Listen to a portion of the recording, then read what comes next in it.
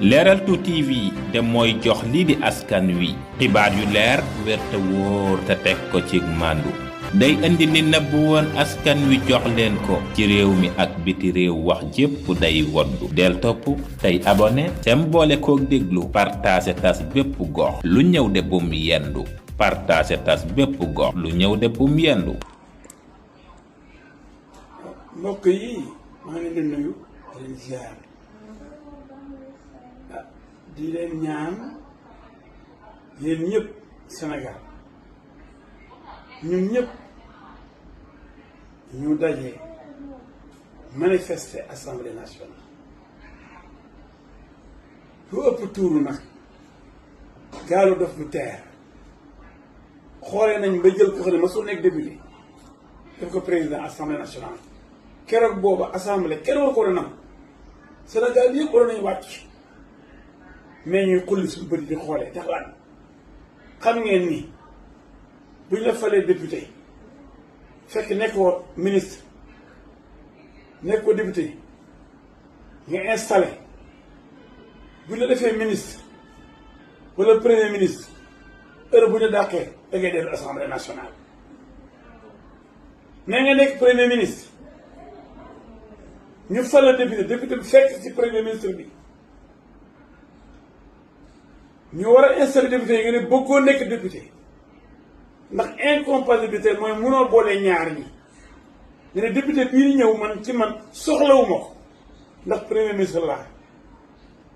premier ministre boobu munul moo tax député bi munul am ci yow ndax bàyyiwoo premier ministre bi mooy incompatibilité mooy député bi ñu def fal mënuloo koo nekk mosoo koo nekk kenn mosu la installé kon da nga continuer nekk premier ministre waaye député bi ñu la fal jëloo ko mbubb moom mosoo koo sol ba di ko summi wutee na nag ak député bi nga xam ne comme Amadou Ba dañ ko faa jël def ko ministre de la culture heure bi ñu ko dàqee bu ñaanaatee nit ñëwaat day ñëwaat nekkaat député ndax dañ ko xañ député mu dem ci gouvernement mais kii Ousmane Sonko kenn xañu ko député moo ne bëgguma député ndax premier ministre laa su ma nekk nii te bëgg ma leen a boole ñoom ñaar kon mosuma sol mu député ndax mën a soloon ñaar yi loolu mooy incompatibilité par contre Amadou Ba dañ ko fal député mu toog ba yàgg ñu def ko ministre ñu dàq ko ci ministre bi day delluwaat place député te dafa ñàkk place député ndax ministre waaye Sonko ñàkkul place député ndax premier ministre kenn jëlewu ko fa def ko premier ministre dafa nekk premier ministre kay député bi fekk si ko kenn tasul gouvernement bi mu nekk fi premier ministre bu xam ne mënu boole ñaare bu ne bii tegu ci sama kaw bu bees bi muy député bi gerte naa ko du nekk ma ko ndax ñoom ñaar mënu ma leen a boole waaw Sénégal li leer na conseil constitutionnel mu ne moom yoonam nekku ci waaye léegi réew mi daal kuy jaay doole daal yoonu attakat yi nekku ci quoi ku neex nga dem assemblée ànd ak sa mbooloo comme ñoom moom assemblée bi daal lu leen neex dañu fay def daal yoon kontatul daal doole moo mën dëkk fii daal réew mi daal doole moo fi wéy dañuy toog yi parce que di jaay doole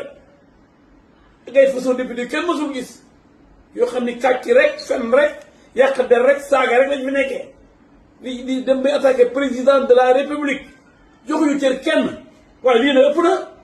Leral 2 TV International am mbir mu bees léegi lañ ko jël seggi xibaar saytu ko door a jàllale amul ci kat moroom bu leen di dendale fu mu mën a nekk lum sori ñu daal di dem jëli xibaar bi léegi def ko bëm Leral 2 TV International abonné partagé tey aimé